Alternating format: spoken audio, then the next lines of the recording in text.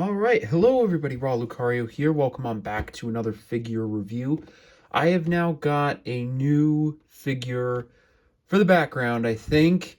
I'm really looking forward to unboxing this one for you guys because I saw it on the shelf and I was just like, wow, I never quite seen one that looks like this before. This is the McFarlane Collector's Edition Batman Dark Knight Returns battle damaged figure, and I really like the way that this looks. And this is actually kind of a cool learning experience for me too, because as you can see, this is based on this art on the back, and I'm like, I'm pretty sure that's not from the Dark Knight Returns. So I did a little bit of looking, and this actually is from that same storyline, but I didn't realize because when DC releases the full story, they usually just do it under one book called The Dark Knight Returns. But originally, it was released in 4 parts, which I actually didn't know, with this one coming from the second book called Dark Knight Triumphant, which I just thought was, kind of a cool little learning thing for me. I did not know that.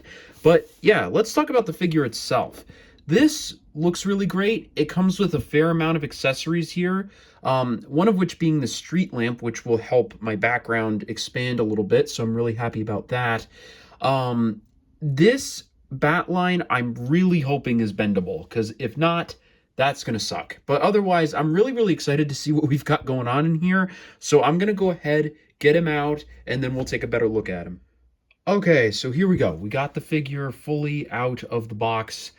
And out of the box, again, looks really good. I really like the way that this figure is looking. Though this figure is starting to suffer from a problem here that it seems like a lot of McFarlane figures who have larger feet tend to have, and I call this McFarlane footitis. I have yet to find a better name of it, but you can notice that these have a joint to bend the foot up and down, but they're not angled properly on that joint. So you get the foot raising at this really fucked angle, and it is somewhat fixable on this one, but with this one, it's a little hard, and like, I don't know, you might actually have to like fully wind up, like, I don't even know, like taking off the foot and then reattaching the ball joint, because you'll notice too, the ball joint comes out differently on each foot. Like, it's not positioned in the right way. Luckily, it's not too fucked on my copy, so I think it will still be able to stand and pose well even with this issue. But that may be something that you may want to be aware of when getting a McFarlane figure, that can be a problem. As for the other detail, though, I think everything is really good for the most part. Rubber capes and kind of lay fucked. I don't know. Why are we doing... See, I wouldn't even mind the rubber cape so much if they didn't decide to make the detail on the cape as if it was folded in on itself. I just don't know that I really like how that would look in like a lot of action-based poses, because like, say I want Batman to be running or something or whatever, I think it's gonna... I feel like his cape should be expected to be out in movement and not folded in on itself. It's really only good if you have him standing there. But otherwise, though, I would say the detail on this figure is really good. And one thing I have to say about McFarlane, his sculpts can be a little iffy in regards to certain art styles, but for some reason, his Frank Miller stuff is usually always really good. Really has a great way of bringing that art style into a slightly more realistically proportioned, but still capturing the feel and the essence of that.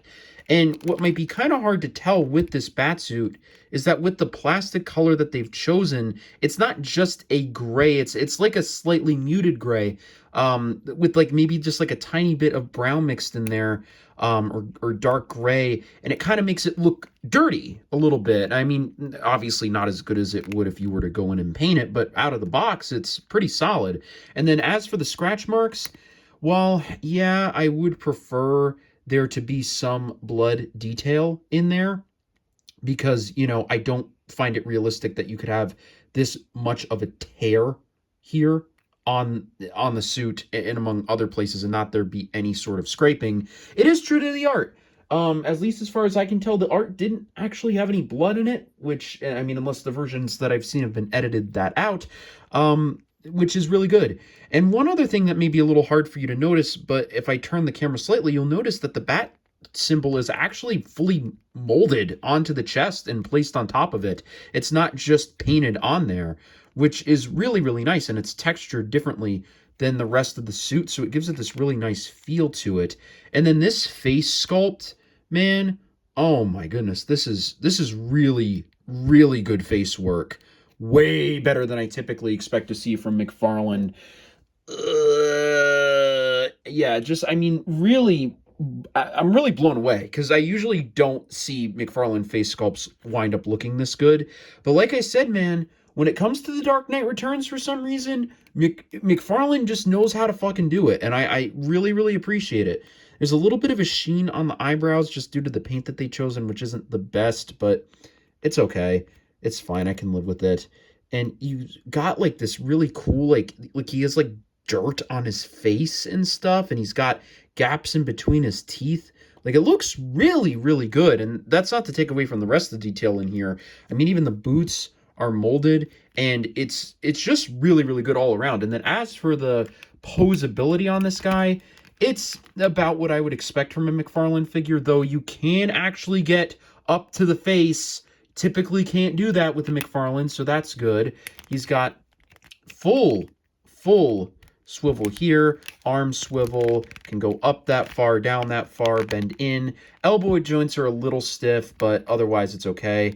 We've got ball jointed wrists, though it doesn't look like there is inward or outward movement due to the fact that it has rotating or swappable hands, I should say. He's got full movement there. Of course, the arm bending should be relatively the same. Though the thing you have to keep in mind, though, since this is a rubber cape, that you bending the joints in a way like this could eventually wind up causing wear and tear where the seam line meets the arm, so that's something to be aware of.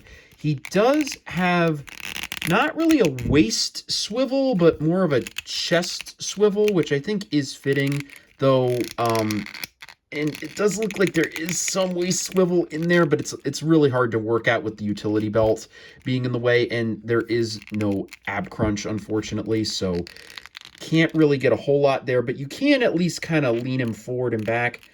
Actually, so I guess there is an ab crunch, but it's just, again, the utility belt just really limits it, so you got to be really careful.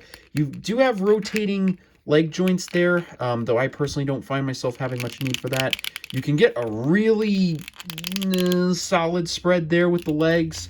Got really good, well, I say good forward and back movement, but unfortunately with the briefs here, rather because they're not painted, they're molded, when you start to move it out, it starts rotating the leg out like that, which isn't that big of a deal, but, you know, it may be to some people. Of course, he's got, looks like double jointed knees, which is really cool, and something that I don't typically see on a McFarlane. Of course, I already talked about the ball swivel, but he also has a toe joint.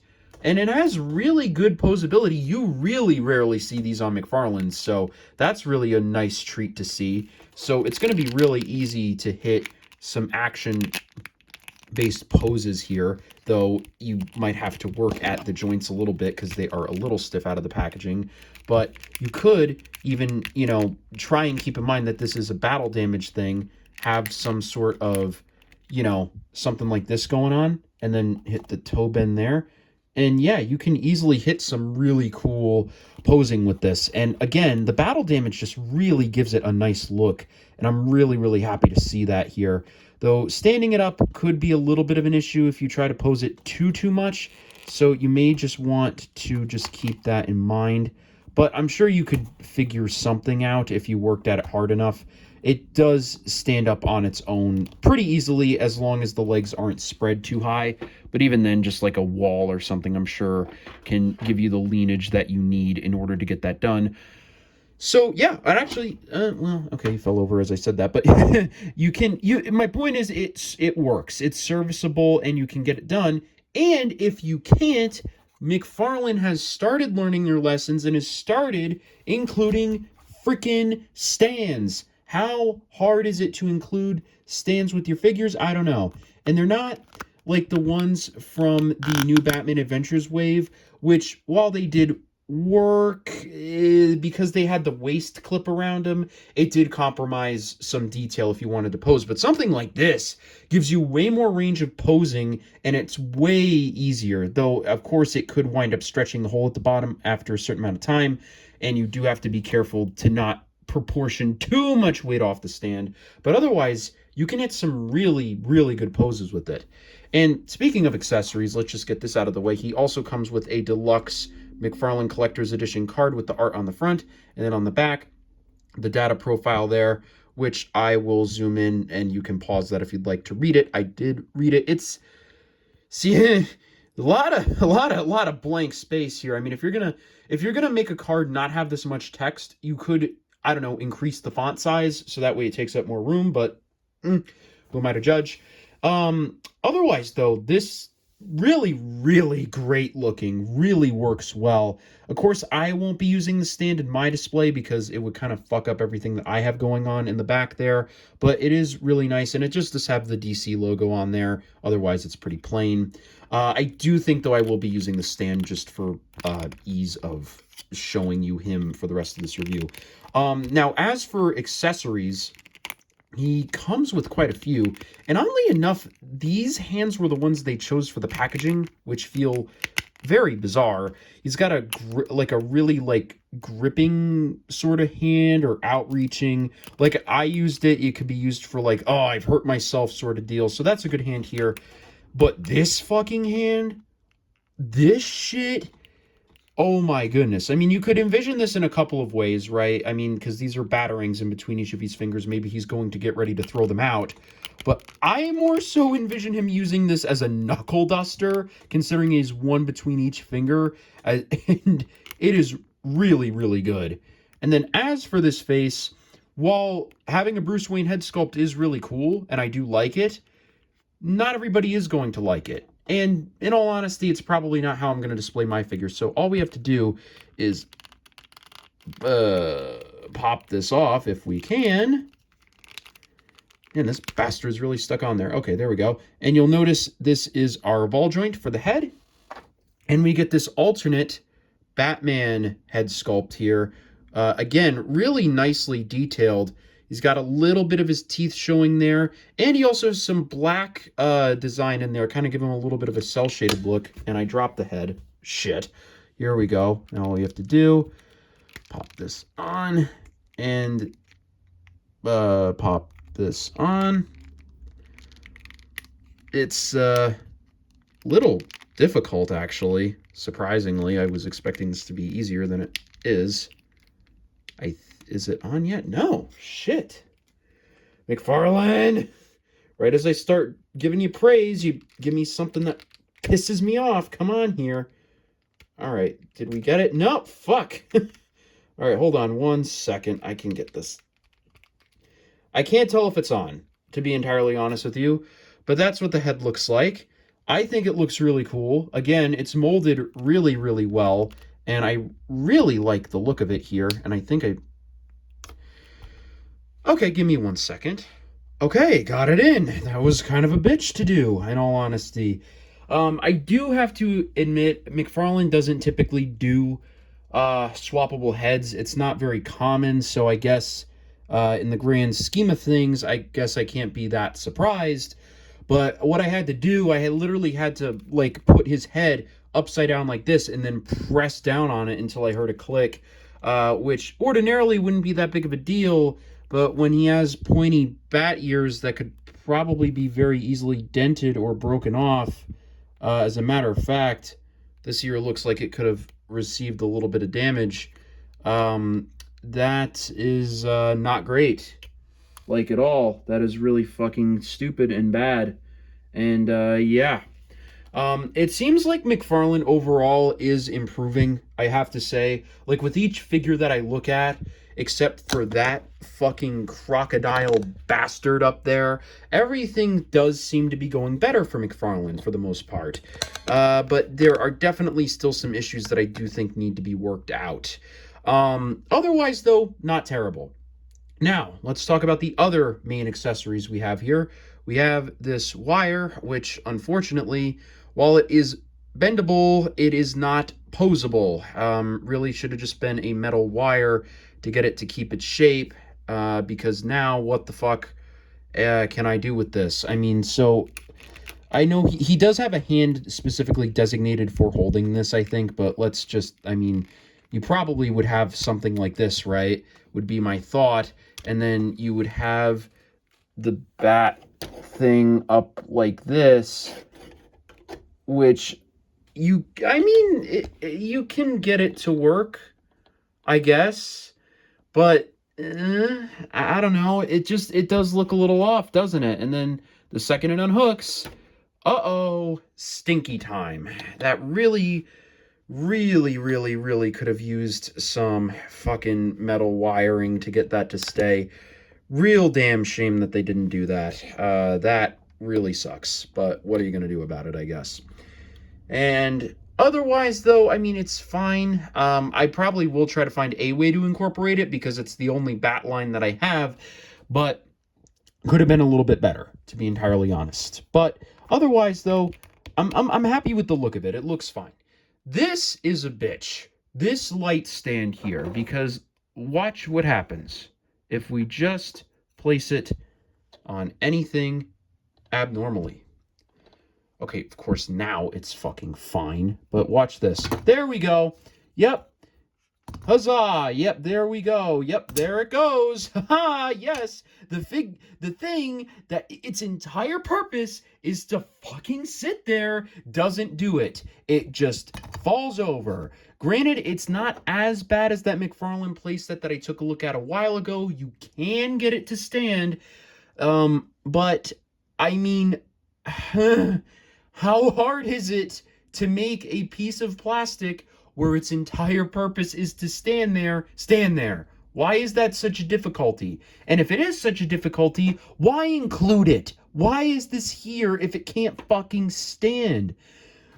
And this pisses me off so much because, like, in terms of looks, I really like it. Is this a little bit too domey for my liking? Sure. But otherwise, I really like the look of this. I even really love the detail of, like, making the, like, close to the light up top here be, like, black as if it's, like, encased in darkness. And then the light is actually affecting the pole so that you can see the true color of it being green down here. That's really cool paint work. And I like that. But it doesn't fucking stand.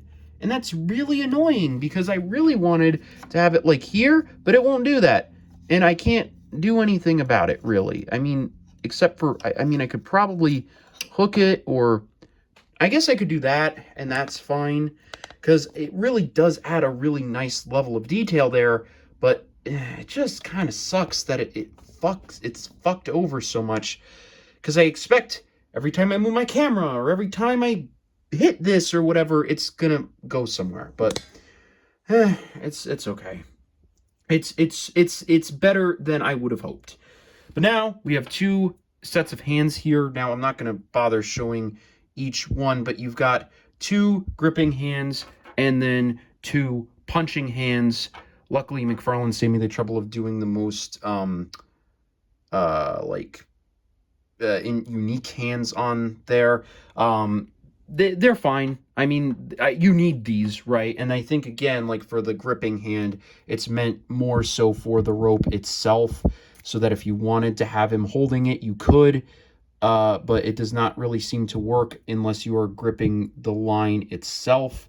But I think this is what this is for. That would be my guess. And then you could have him holding it. And as a matter of fact, just, you know, to test my theory here, I will take out the knuckle duster hand, I think, because, you know, it's, I don't know, it's just not like, I think it's a little too Dark Knight Returns for me. So we need this hand here. See, there goes the fucking light. I fucking knew it. Already gone. All right, let's see how easy these are to peg in and peg out. All right. Oh, luckily the hands are easy to peg in. Thank goodness, because that could have been a massive issue. But yeah. Probably, But again, it's bent at such a bizarre angle that it doesn't really look natural for him to be holding it this way. I mean, even though that's probably its intended purpose, I mean, I guess you could have him holding it kind of at the bend, but again, it's like, I don't know, it's just, it's off, you know? You probably, I mean, again, I mean, you can make this work. I don't want to say that you can't, it's just, and I mean, I guess it being bent is better than it not being bent, but it just doesn't really do, I think, what you need it to here. But I mean, you could do something like that, and it fell. Fuck. But you could do something to get it to work, is my point. Oh, oh, okay. His hand was apparently not clipped in all the way. My bad. But yeah, I don't know. It's good, I think. Ooh. Oh man.